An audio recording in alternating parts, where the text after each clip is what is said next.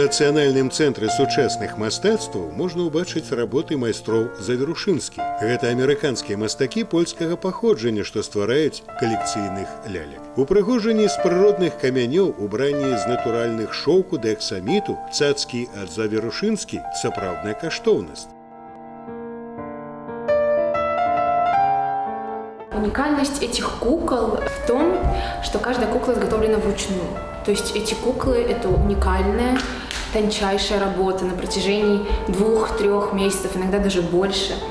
У них вручную раскрашены лица, у каждой из кукол выдувные глаза. Ну и, собственно, это достаточно сложная работа. Царэўна жабка ў адзіным экземпляры, чырвоны каптурок, Аліса з краіны цудаў. У экспазіцыі прадстаўлены лялькі Завірушынскі з калекцыі Ларысы Мяжевіч. Эта выставка организована Владимиром Мяжевичем в память о супруге Ларисе Мяжевич.